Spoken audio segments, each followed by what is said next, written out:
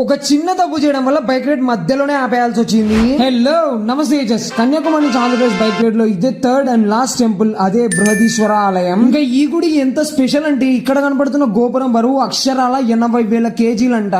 అంత బరువు ఉన్న రాని అంత పైకి ఎలా తీసుకెళ్లారో ఇప్పుడు వరకు కూడా ఎవరికీ తెలీదు. ఇంకొక అద్భుతం ఏంటంటే అసలు గుడి నీడ నేలపైన పడనే పడదు అని ఇక్కడ ప్రజలు నమ్ముతారు, కానీ అది అబద్ధం అని ఎన్నో ప్రూఫ్స్ వచ్చినాయి. అందులో ఇదొక ప్రూఫ్. ఇక్కడ కనపడుతున్న ఫోటోలో మీరు క్లియర్ గా చూడొచ్చు గుడి నీడ నేలపైన పడడము. కొద్దిసేపు గుడినంతా అలా చూసి ఇంకా కొన్ని ఫోటోలు దిగి ఇంకా చిదంబరం గుడికి బయలుదేరినాము. మేము చేసిన తప్ప ఏంటంటే అసలు చిదంబరం గుడి దర్శనం టైమింగ్స్ చూసుకోలేదు. దాని వల్ల మేము వెళ్లే టైం కల్లా గుడి మూసేస్తారు కాబట్టి చేసేది ఏమిలాగా ఇంటికి రిటర్న్ బయలుదేరినాము. ఇంకా నాన్ స్టాప్ గా 100 కిలోమీటర్స్ రైడ్ చేసి లంచ్ కోసం ఆగి ఇద్దరం కలిసి బటర్ నాన్ పన్నీర్ కర్రీ తిన్నాము. బటర్ నాన్ ఒక రకంగా బాగానే ఉంది, పన్నీర్ అయితే అసలు బాగానే బాలేదు. మళ్ళీ 150 కిలోమీటర్స్ రైడ్ చేసి బ్రేక్ తీసుకొని టీ పొంగనాలు తిన్నాము. ఇంకా ఎక్కడ ఒక్క బ్రేక్ కూడా తీసుకోకుండా డైరెక్ట్ గా చిత్తూరులో డిన్నర్ కోసం ఆగినాము. డిన్నర్ కి గోబీ రైస్ గోబీ మంచూరియా తిన్నాము. గోబీ రైస్ టేస్ట్ అయితే అస్సలు బాగానే బాగాలేదు, గోబీ మంచూరియా ఒక రకంగా బాగానే ఉంది, తినొచ్చు.